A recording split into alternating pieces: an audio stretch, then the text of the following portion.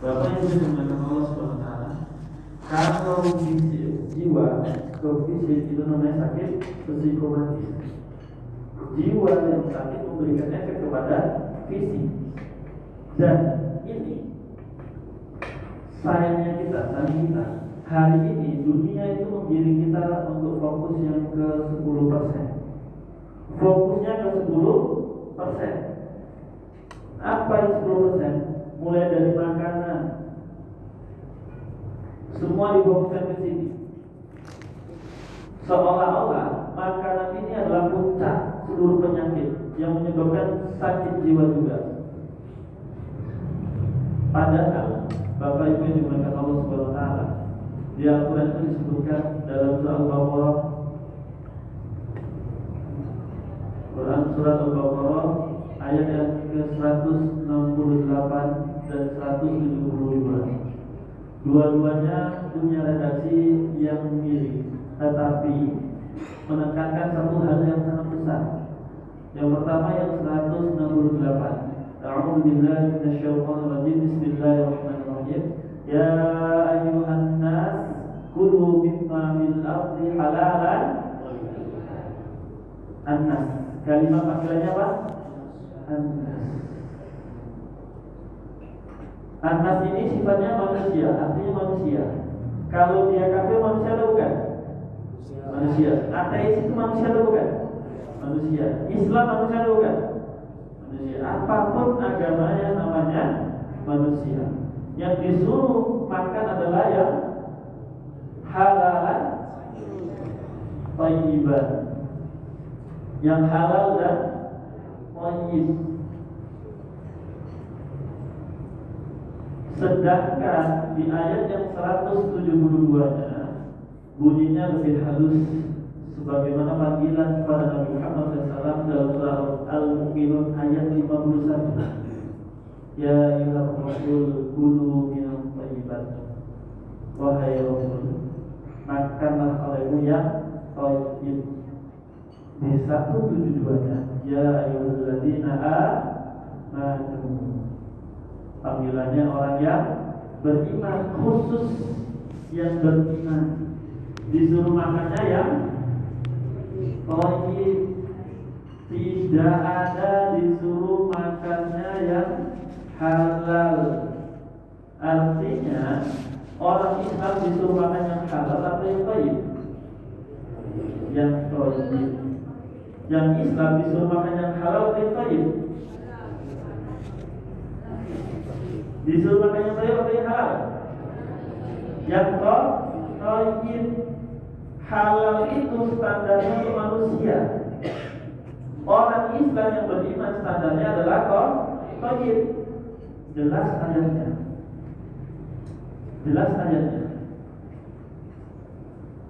Manusia disuruh makan yang halal supaya fitrahnya lurus.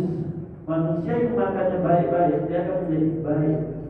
Manusia yang makannya nggak baik-baik, dia tidak menjadi baik-baik. Karena ternyata Bapak Ibu, yang halal ini adalah makanan jiwa. Halal itu makanan jiwa. Mau dia beriman mau enggak. Contohnya di beberapa negara yang mayoritasnya adalah bukan Islam, tapi mereka makan standar higienis yang thayyib. Mereka hidupnya thayyib. Betul lah. Negaranya lagi lebih menghargai manusia, lebih memanusiakan manusia, karena makanannya halal. Sedangkan thayyib ini ternyata untuk fisik. Untuk itu fisik. Gak heran umat manusia hari ini, umat Islam hari ini itu banyak yang sakit. Kalau di sini semua yang hadir itu, kalau di Aceh satu hadir kayak gitu. Asam urat ada, darah tinggi, kolesterol, asam lambung lengkap dari sini. Jarang GERD, jarang juga. Apa lagi sini banyak sakit? Gula ada gula? Kenapa suka kayak manis. Gula pun ada. Gula itu bisa disembuhkan atau enggak, Bapak Ibu? Bisa disembuhkan atau enggak? Nyatanya hari ini sudah sembuh atau belum? Berarti saya sembuhkan atau enggak? Tapi hari ini sudah sembuh atau belum? Kenapa belum sembuh? Tidak tahu caranya. Betul nggak? Bapak Ibu yang dimuliakan Allah Subhanahu wa Ta'ala, makanan yang 10% ini, apapun namanya, kalau kita istilahkan adalah input, mau berupa dari makanan, mau berupa minuman, asupan yang apa yang didengar, apa yang dibaca, apa yang dilihat, apa yang dipikir, semua yang masuk ke dalam. Ketika dia baik, yang 90 ini baik. Tapi ketika yang ini tidak baik, maka yang 90 ini jadi tidak baik. Banyak dari kita ketika puasa yang diperhatikan hanya sekadar halal, nggak memperhatikan bagaimana thayyibnya. Karena kita puasa itu bukan hanya sekadar menahan yang di jiwa, tetapi bagaimana memasukkan setelahnya. Itu kenapa mereka yang membuat kita sakit tidak pernah takut umat Islam itu puasa 30 hari, puasa Senin Kamis, puasa Ayyamul Bid, puasa Daud, tidak pernah takut. Karena bukannya masih ngawur. Buktinya apa? Saya kemarin tanya salah satu pasien, wajib sholat tahajud, sholat duha, baca Quran sehari 1 juz, puasa Daud, dan akhirnya berhenti puasa Daud. Dia kena mah. Kenapa? Parah. Yang salah puasanya atau orangnya? Tapi nyatanya ketika pakai puasa harusnya mungkin sehat, semakin sedih. Karena konsepnya sudah terbalik. Bapak Ibu dimuliakan Allah Subhanahu wa Ta'ala, standar thayyib itu cuma satu-satunya tentang makanan yang disebutkan dalam Al-Quran, mulai dari pertanyaan, larang, perintah sampai larangan dalam surat Al-An'am dari ayat 118 dari 111 sampai 121. Yang pertama disuruh makan itu nyebut yang disebut dengan nama Allah. Pertanyaan yang kedua pertanyaan, kenapa kamu tidak makan? Yang makan itu disebut nama Allah. Yang ketiga larangan, jangan kamu makan makanan yang tidak disebut nama Allah. Ujung ayat yang ketiga itu ancaman, kalau kamu masih makan makanan yang tidak disebut nama Allah, maka kamu akan mendapatkan satu penyakit, yaitu parasik. Berarti makanan itu menurut Islam fisik atau jiwa? Fisik atau jiwa? Jiwa, hati. Karena dalam surah Al-Ankabut ayat 45 disebutkan, utlu ma uhiya ilaika minal kitab wa aqimis shalah inna salata tanha 'anil fahsya'i wal munkar. Inna salata tanha 'anil fahsya' pertamanya. Al-fahsya. Al-fahsya ini keji dari dalam, munkar buahnya. Munkar itu adalah buahnya. Gak ada orang itu ketika dia cuma benci aja, benci bodoh hati, dia belum tentu ngelakuin. Tapi kalau dia hasad, benci, dendam, langsung bunuh, itu berarti sudah dari dalam keluar. Kalau dari luar, berarti dalamnya sudah busuk. Bangkai itu, daging itu, kalau jadi bangkai, dia akan tercium aromanya. Beda halnya ketika daging baru dipotong, itu gak ada aroma busuknya. Jadi Bapak Ibu dimuliakan Allah Subhanahu wa Ta'ala, ketika sakitnya dari dalam dia diobati, maka dia akan keluar sakitnya. Ketika sakit di dalam dia dikeluarkan, maka dia akan keluar dengan sendirinya. Maka banyak dari kita gak butuh hebat, gak butuh obat, nggak butuh terapi. Butuhnya apa? Kadang butuhnya bukan cerita, butuhnya nangis. Kadang butuhnya cuma sujud, sholat, puasa. Banyak dari kita yang sakit itu bukan karena dari luar, tapi karena dari dalam. Coba perhatikan ini Bapak Ibu kalimatnya. Tak semua masalah bisa diceritakan dengan kata-kata, tapi setiap masalah pasti bisa diceritakan oleh air mata. Gak tahu mulai dari mana, sujud nangis. Gak tahu gimana cara lepas benci, dendam yang dari kecil masa trauma, nangis. Banyak dari kita mengira gangguan jin, ternyata dia punya trauma dendam yang gak bisa lepas dari kecil. Dia buktinya cuma nangis. Maka Bapak Ibu yang dimuliakan Allah SWT, ketika puasa dia menjadi manfaat. Perhatikan ini.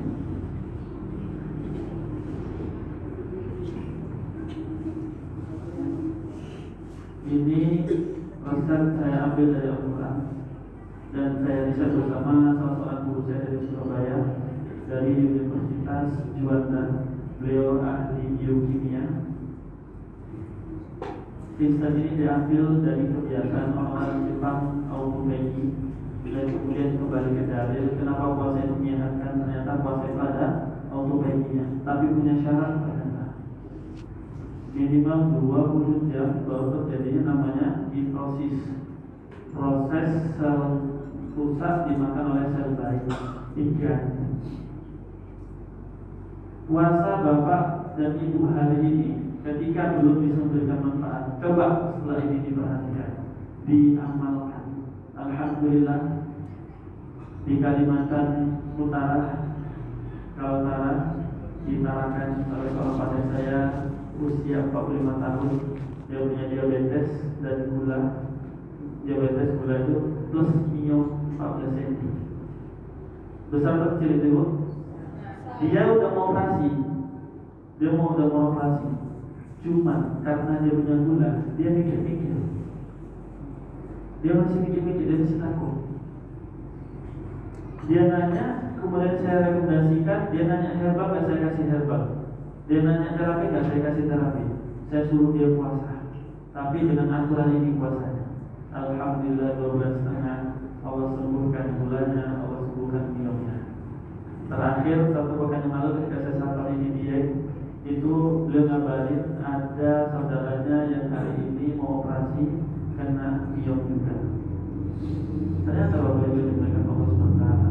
Banyak dari kita tadi nggak perlu herbal, kita hanya perlu kembali kepada Allah SWT. Coba kita, berapa banyak dari kita yang puasa, ketika puasa itu masih makan ini.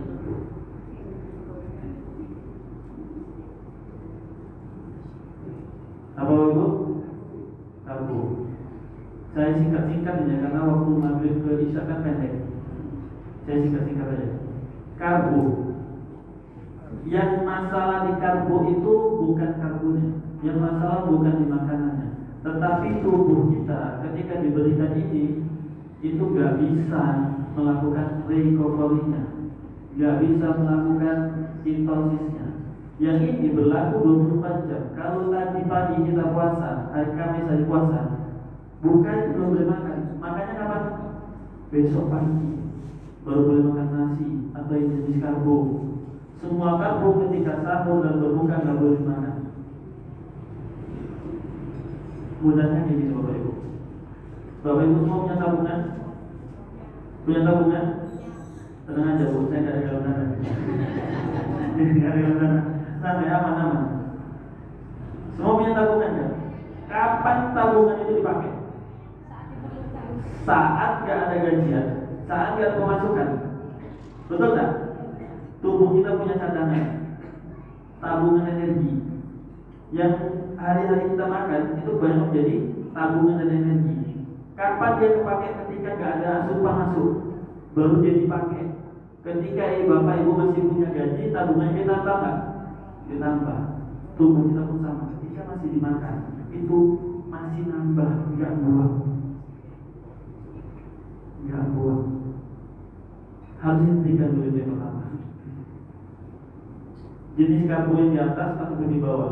mau dia bentuknya berat atau bentuknya umbi-umbian, selama puasa aja. Selama apa?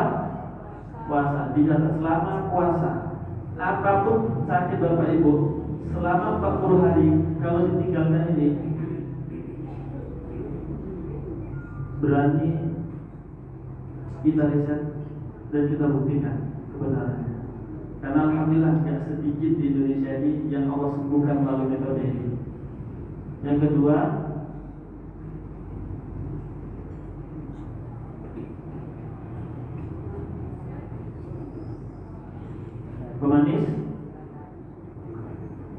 pemanis buatan, gula pasir, gula batu, gula jawa, sirup, terus susu kental manis dan sebagainya jenisnya. Kalau dia sifatnya buatan itu nggak boleh masuk.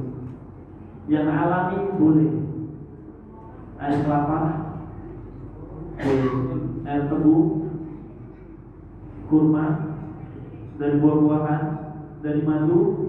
Manisnya madu boleh nggak? Boleh. Manisnya di madu boleh kan? Saya ikut-ikut dulu. Saya ikut-ikut. Manisnya madu boleh, manisnya di madu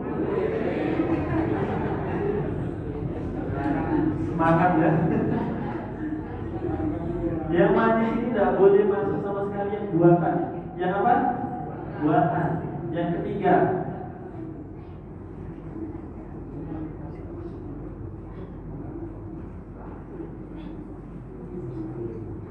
apa Bu? Olahan tepung. Olahan tepung itu mau yang dikukus, direbus, dibakar, digoreng, dipanggang, di oven nggak boleh selama puasa, sahur dan berbuka. Kalau hari biasa gimana? Kita Senin puasa, berarti Selasa pagi baru boleh makan. Kalau nggak puasa boleh nggak? Gaspol, tenor. Selama puasa yang dilarang.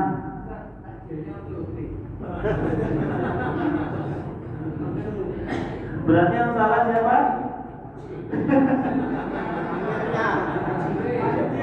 Panitia.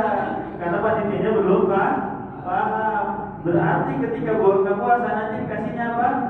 Buah. Jadi puasa itu harus sehat, jangan malah jadi sakit. Puasa itu menyembuhkanmu, bukan membunuhmu.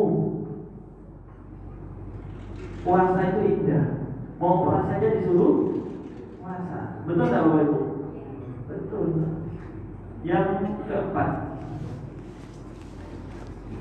kalau yang tadi ini olahan tepung, berarti bakso itu boleh kan? Boleh atau enggak bakso itu? Bakso itu boleh ketika enggak ada tepungnya.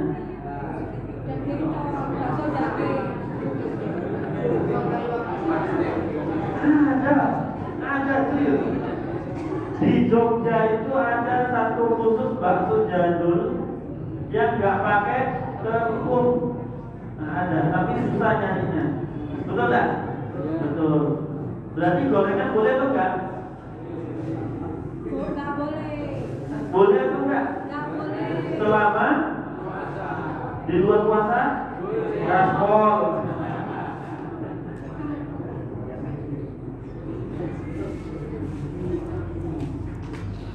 Minyak apa?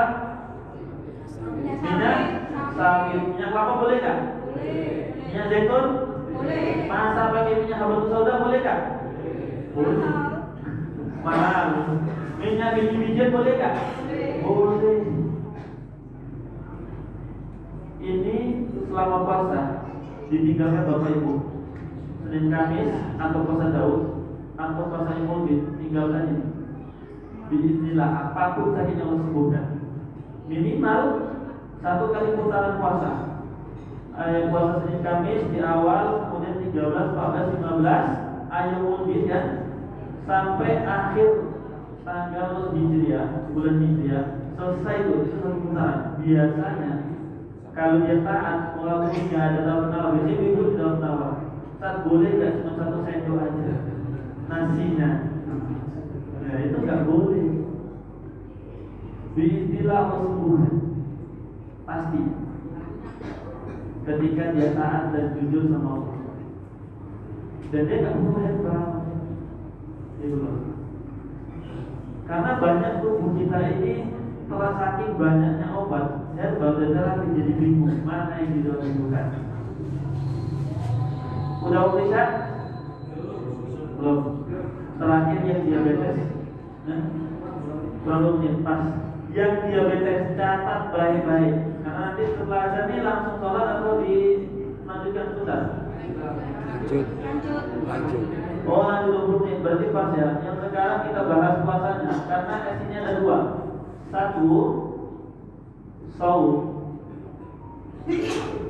Yang kedua, sholat. Berarti selesai ini kita bahas sholat, habis itu kita langsung praktek sholat. Ustaz tanya penggantinya. Sabar, belum sabar. Saya masih di sini, Bu. Saya masih di sini. Untuk yang diabetes catat baik-baik. Yang untuk diabetes tambahannya satu. Semua jenis hewan ternak, mau dia perikanan atau peternakan, yang masih dikasih makan pur,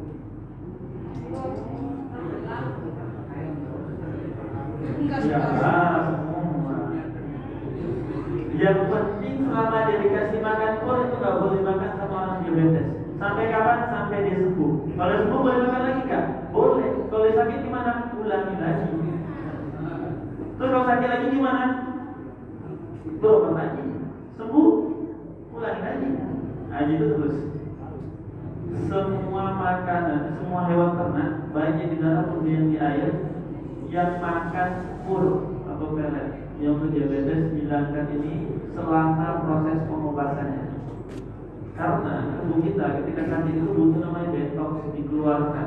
Baru namanya pengobatan atau penyembuhan. Yang terakhir penjagaan. Ini tidak akan terjadi selama racunnya masih terus dimasukkan. Sudah mau ikut yang diabetes selesai? Selesai? Nah kalau selesai kita lanjutkan setelah azan. Ini udah punya azan kan? Ustaz, tulisan di bawah pemanis itu apa? Pemanis buatan. Pemanis buatan olahan tepung minyak sawit. Yang kelima untuk yang diabetes, semua hewan ternak yang pakai makan pur atau pelet, tinggalkan itu selama dia penyembuhan atau pengobatan. Selesai itu gaspol mungkin apa-apa. Belum lagi.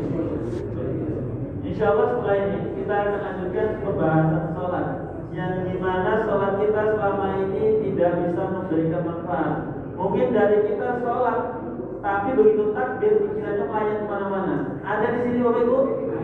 Banyak. Ada yang lupa rakaat? Ada. Silakan dulu. Sholat dulu. Sholat? Azan dulu. Azan dulu. Ustaz tadi sebelum azan ada kaleng dari panitia untuk dikirimkan. Belum ya? Sebentar bagus. Perlu kami sampaikan kepada para jamaah, ini ada kaleng dikelilingkan ke para jamaah seikhlasnya. Tujuannya adalah untuk kebutuhan dan keperluan dari kegiatan-kegiatan dari Ustadz ini selama keliling di Jawa Timur. Satu, yang kedua, Bapak Ibu para jamaah, kita manfaatkan kehadiran Ustadz ini. Nanti ada pertanyaan dari Ibu dan juga Bapak-bapak, dibagi nih, supaya rata. Kalau bisa pertanyaan itu sesuatu yang selama ini jenengan derita, ya, yang kurang apa, jenengan sekarang dipersiapkan, nanti bisa langsung ditanyakan. Monggo bagus, ada.